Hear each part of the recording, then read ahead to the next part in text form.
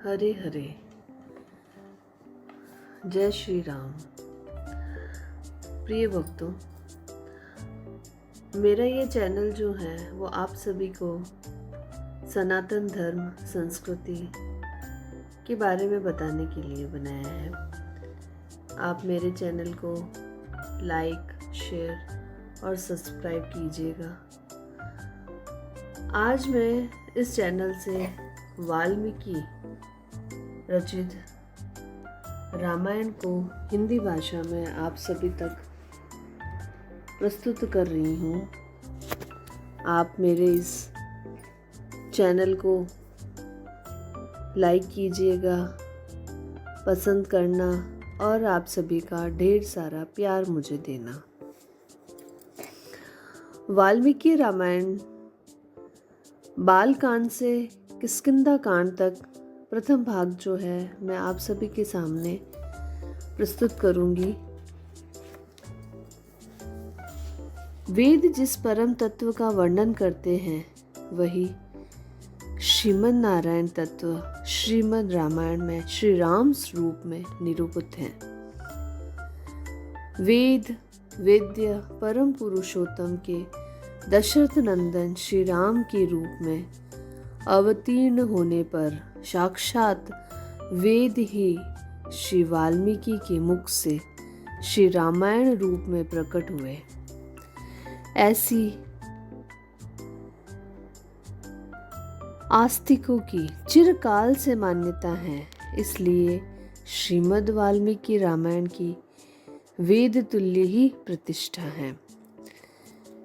यों भी महर्षि वाल्मीकि आदि कवि हैं, अतः विश्व के समस्त कवियों के गुरु हैं।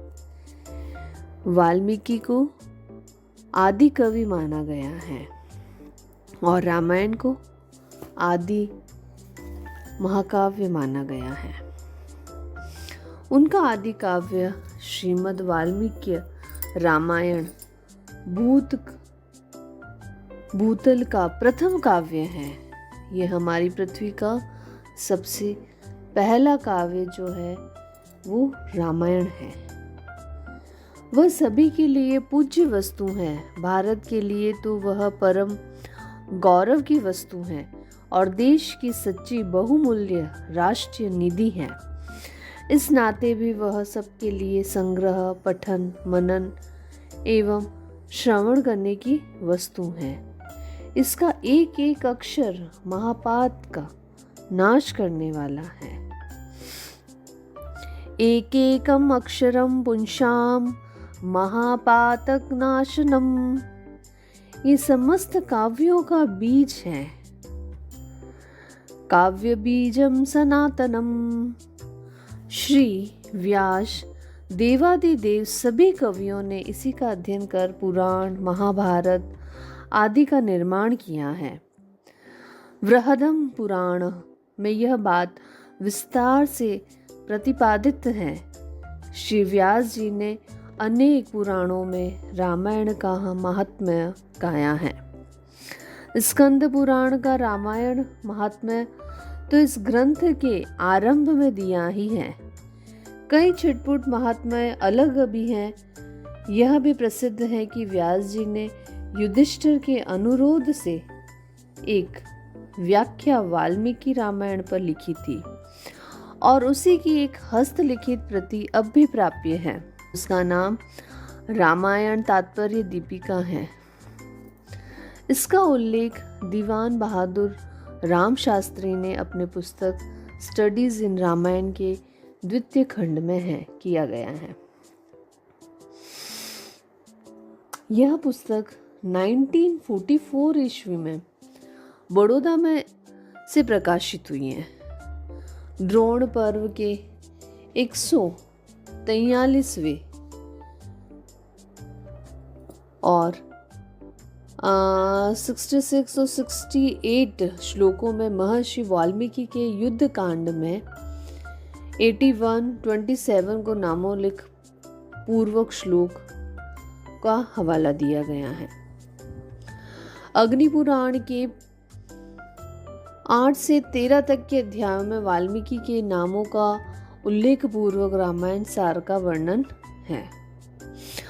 गरुड़ पुराण जो है वो पूर्व खंड के 143वें अध्याय में भी ठीक इन्हीं श्लोकों में रामायण सार कथन है। इस प्रकार हरिवंश में भी यदुवंशियों द्वारा वाल्मीकि रामायण के नाटक खेलने का उल्लेख भी किया गया है।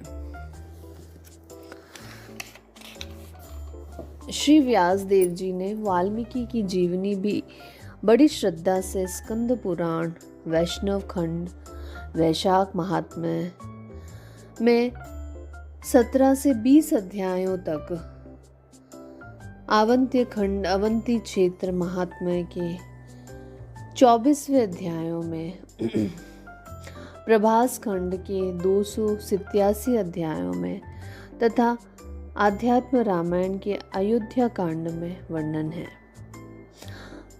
मत्स्य पुराण 12 और 61वें में इन्हें भार्गव सप्तम से स्मरण करते हैं।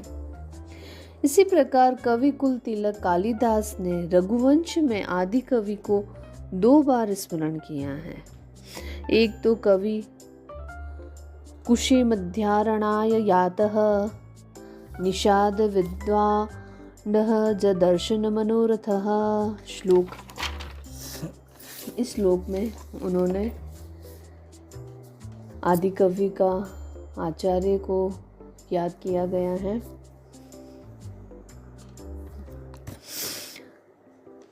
तो प्रिय भक्तों, आप सनातन धर्म और संस्कृति से जुड़े और हमें हमारे काव्यों के बारे में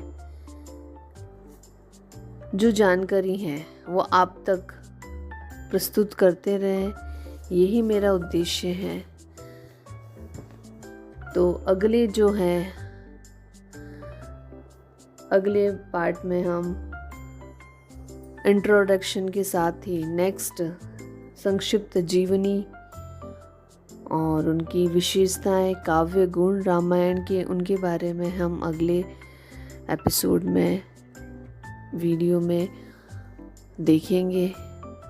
तो प्लीज़ चैनल को लाइक, सब्सक्राइब करते रहिए और अपनी जानकारी को बढ़ाते रहिए। धन्यवाद।